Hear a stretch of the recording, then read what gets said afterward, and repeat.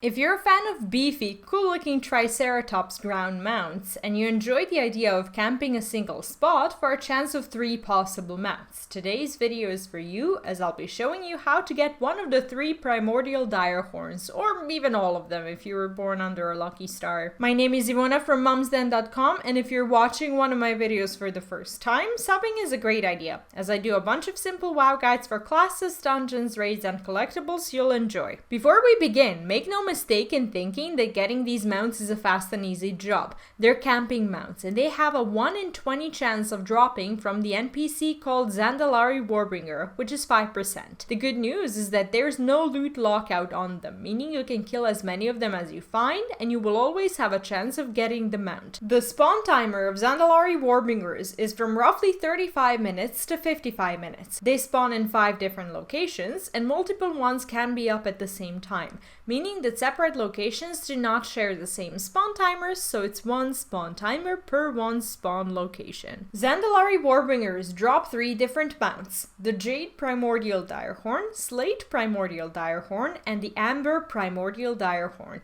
You'll know which one drops from a particular Warbringer because those NPCs ride one of the 3 mounts when they spawn, and you only have a chance at looting the mount your targeted Warbringer rides. If you have an NPC scanning add-on like Silver Dragon, which I highly recommend, it will actually tell you which one spawns, so you'll know if you've bumped into the one that drops the mount you already have or not. Zandalari Warbringers spawn in 5 different locations, as I already mentioned, and you can find all the exact coordinates in the description. They're pretty much all across the continent: in the Jade Forest, in Townlong Steppes, in the Krasarang Wilds, in the Kunlun Summit, and in the Dread Wastes. When it comes to whether you should fly around and look for them or not, I personally think it's better to hang out in a single location and just wait for the NPC to spawn again. The only time when it's good to fly to all the spawn points is right after the server restart, when all 5 of them might be up, but not in the middle of the day when most of the spawn points are already camped by someone. This is not a mount you want to be hunting in your actual active game time, so if you're a student preparing your exams, or a parent looking after your kids in your home, or you have a cool job that allows for a side activity like this, it's a good way to spend more time in game while working towards something even when you're doing something else. In that case, having an add-on that shouts at you when the NPC spawns is kind of a must, so do yourself a favor and download Silver Dragon if you don't already have it. If you're in one of the Warbringer camping spots, you'll also be notified when another NPC spawns, and that one is called the Zandalari Warscout. They're far more common, and they don't share the spawn timer with the Warbringer, but they drop some interesting things, like reputation tokens with some Mists of Pandaria factions, and those award you with a whopping 1000 reputation every time you consume one.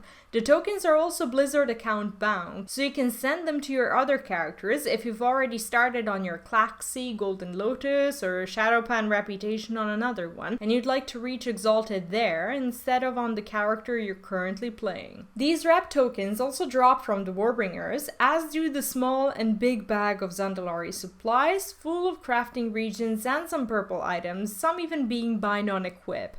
They're all really nice, but you really do want the mount, so by the time you get one, I think you'll be finding the secondary loot much less valuable. Not all is lost though, as you can purchase some really cool mounts when you get to Exalted with the Klaxxi, the Golden Lotus, the Shado-Pan, and the August Celestials, and all of these tokens drop from the Zandalari mobs, so there's that. If you're an achievement hunter, there's one called Zul again, requiring you to kill 10 Zandalari Warscouts and 5 Zandalari Warbringers. I guess being there to get people to kill these minions and actually acquire the mount at some point. As you're much more powerful than someone who camped these mounts way back in the day, one of your spells, and I mean any spells, will one-shot the minion, even if it's 1 tick of a dot.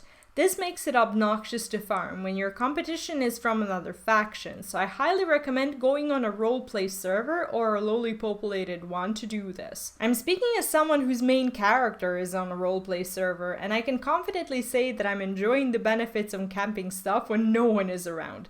When it comes to someone of the same faction standing there with you, you can easily prevent your loot being stolen by adding that person in a group. That way, even if you're not as responsive as they are, you'll still get the loot from whatever they tag.